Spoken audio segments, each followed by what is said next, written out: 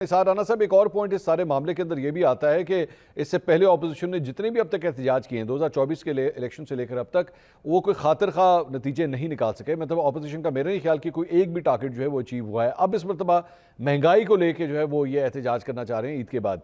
आपके ख्याल में ये वाला एहतजाज इतना पावरफुल होगा कि हुकूमत के ऊपर जो है कोई प्रेशर डेवलप किया जा सके? अच्छा, मुआशी फैसले पे तो तब मजबूर करेगी जब मईशत उनके हाथ में होगी, और जो चीज़ किसी के हाथ में ही नहीं है कि जी हिसाब दे, उन्होंने दिता किसी जेड़ा लैन आए हो। मईशत जिनके हाथ में, उन्होंने फैसले करने। मईशत जिनके पास है वो आपको बजट बना के दे देते हैं, कह पे थोड़ा बजट है जाके पढ़ दो। आप सिर्फ उसमें बिस्मिल्लाह रहमानी रहीम अस्सलाम वालेकुम और अल्लाह हाफिज तक का इजाफा कर सकते हैं। और किसी ने पूछा चौधरी तेरे आमदन कितनी है और खर्चा क्या है, तो बचता क्या है? उन्होंने कहा चौधरी कहना ही बचता है, बाकी कुछ नहीं बचता है। तो भाई इनके पास इतना ही है, जितना ये कर रहे हैं वो आपके सामने। अच्छा, अब मुजम्मिल साहब आपसे पूछना चाहूँगा, ये आपके ख्याल में जिस तरह राना साहब कह रहे हैं कि बचता सिर्फ यही है कि उसके नाम के साथ चौधरी लग जाता है, लेकिन आपके ख्याल में हुकूमत जो है वो परेशान हो सकती है इस एहतजाज को लेके जो ईद के बाद प्लान किया गया है, और इससे कोई हुकूमत की पॉलिसीज़ में कोई तब्दीली देख रहे हैं आप?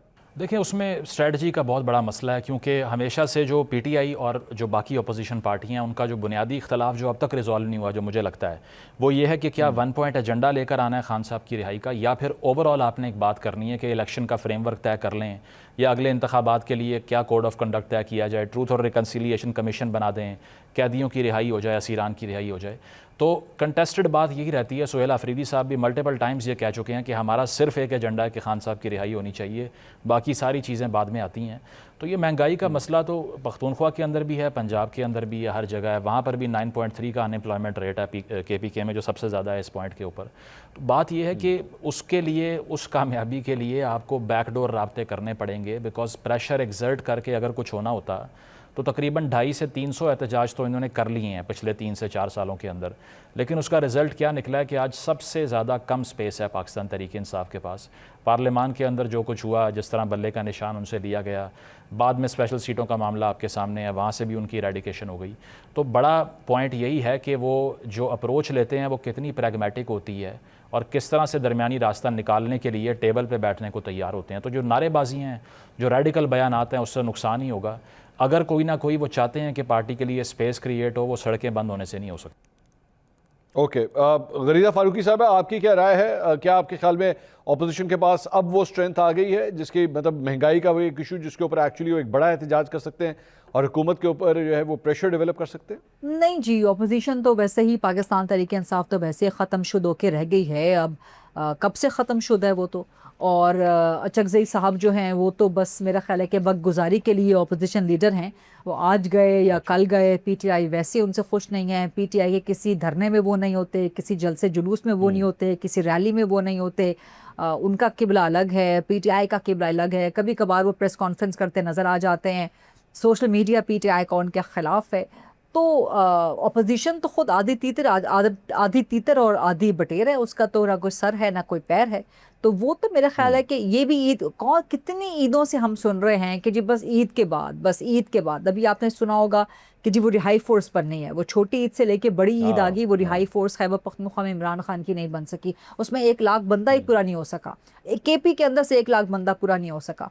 तो ये तो हाल है ऑपोजिशन का। तो इस ऑपोजिशन से आप तवक्को करेंगे कि वो शहबाज शरीफ के ख़िलाफ़, इस हुकूमत के ख़िलाफ़ या बड़े ताकतवर हलकों के ख़िलाफ़ जो है वो मार्च करेंगे। और महंगाई के ख़िलाफ़ करना होता, महंगाई के ख़िलाफ़ तो आज से 6 महीने पहले करते, आज से 3 महीने पहले करते। 3 महीनों में कितनी पेट्रोल की कीमतें बढ़ गई हैं, अज़ाब हो गया आवाम का जीना। लेकिन ये ऑपोजिशन जो है ये बिल्कुल वो जो शेख रशीद कहा करते थे ना, सत्तू पी के सो रही है। तो ये तो फ्रेंडली ऑपोजिशन लगती है, ये तो शहबाज शरीफ की बी टीम लगती है, ये वाली ऑपोजिशन। अच्छा, चले मैं अगले सवाल की तरफ चलता हूँ। आपने कहा कि जनाब ये बी टीम लगती है, लेकिन एक और टीम भी बन रही है, लग इस तरह है कि जैसे बन रही है, और वो है पाकिस्तान तहरीक इंसाफ और पाकिस्तान पीपल्स पार्टी के दरमियान बढ़ती हुई कुर्बतें।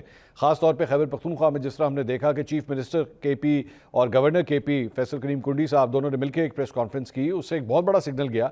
मतलब एक ज़माने में KP के अंदर जो है वो गवर्नर और CM के दरमियान क्या कुछ होता था जब गंडापुर साहब जो है वो CM थे। आपके ख्याल में इससे इस इत्तेहाद को आगे बढ़ता हुआ आप देख रहे हैं, कोई बड़ी चीज़ डेवलप हो सकती है? आपके ख्याल में हुकूमत जो है वो इससे घबराहट का शिकार हो सकती है? मुजम्मिल साहब, सबसे पहले आप जवाब दीजिए।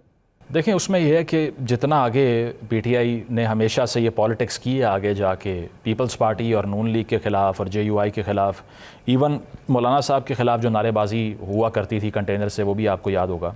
तो बात यह है कि उससे वापस आना बहुत बड़ा चैलेंज बन जाता है, क्योंकि अगर आप मुखालिफ को एक हॉस्टाइल डिक्लेयर कर देते हैं और आप कहते हैं कि ये जो मेरा सियासी अपोजिशन है, जो मेरी, ये बिल्कुल भी डिज़र्व नहीं करती कि इनसे इंगेज किया जाए।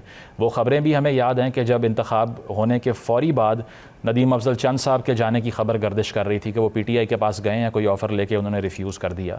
तो मेरा ख्याल है तब भी पीपल्स पार्टी के कुछ सर्कल में ये बात हो रही थी कि अगर पीएमएलएन को बाईपास कर दिया जाए और ये दो पार्टियाँ मिल जाएँ। लेकिन चैलेंज यही आता है कि अगर चोर डाकू की पहले दिन से रेटोरिक हम सुनते आ रहे हैं पीटीआई की तरफ से, तो अब इसको डिफेंड कैसे करेंगे पब्लिक के सामने कि ये जो अलाइंस अगर हो जाती है, अव्वल तो होगी नहीं मुझे लगता है, लेकिन अगर हो जाती है तो इसका डिफेंस पेश करना बहुत मुश्किल है, जिस तरह मौलाना साहब का डिफेंस पेश करना मुश्किल था, क्योंकि आप जिस संगीन नौयत के इल्ज़ामात लगा चुके हैं उसके बाद में क्रेडिबिलिटी हर्ट होती है कि पार्टी का पहले दिन से जो बुनियादी एजेंडा था वो इन्हीं पार्टीज़ के ख़िलाफ़ था। अगर इन्हीं के कैंप में चले गए तो वोटर लूज़ कर देंगे। तो ये डबल एजेड स्वॉर्ड है, क्योंकि एक तरफ आपको अलाइंस भी चाहिए, दूसरी तरफ अलाइंस की तो जो आपका अपना इन ग्रुप है, जो सपोर्ट ग्रुप है, वो भी डिस्टर्ब हो जाएगा। तो इसीलिए मेरा नहीं ख्याल कि पीटीआई कंफर्टेबली ये कर सकती है। इफ्तिखार साहब, same question, Pakistan Peoples Party और पीटीआई की बढ़ती कुर्बतें क्या हुकूमत के लिए कोई बड़ा चैलेंज साबित हो सकती हैं? इस मुल्क में हुकूमतें हर वक्त ही घबराहट का शिकार रही हैं, तो मेरे नहीं ख्याल है आपको ये सवाल इतना अहम है।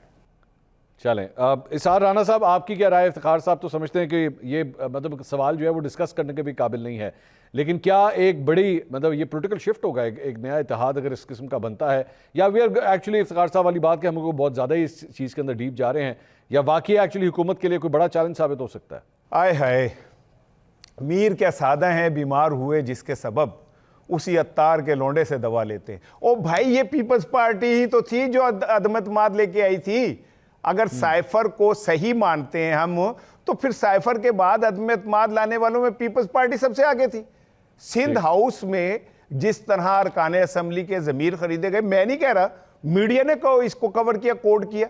सिंध हाउस के बाहर सिंध की पुलिस खड़ी होती थी, और जिस तरह सारा कुछ हुआ, मौलाना फजलुर रहमान साहब ने एतराफ़ किया कि जी हाँ, बाजवा साहब ने हमें बुलाया, बिलावल भुट्टो खड़ा था, शहबाज शरीफ खड़ा था, मैं खड़ा था, और बहुत सारे लोग खड़े थे, और उन्होंने कहा जी अदम एतमाद लानी है।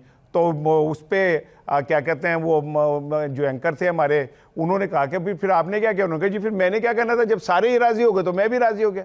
तो पीपल्स पार्टी के पास जाएंगे, ये मुमकिन ही नहीं है, वर्क का ही फाड़ दें। ये जरूर है कि पीपल्स पार्टी जो है शायद इनका पैर वैर पकड़ने की कोशिश करे पीटीआई की, लेकिन पीटीआई पोले ने एडे पोले नहीं है कि इस उनकी डूबती कश्ती को वो जो है ना सहारा देंगे।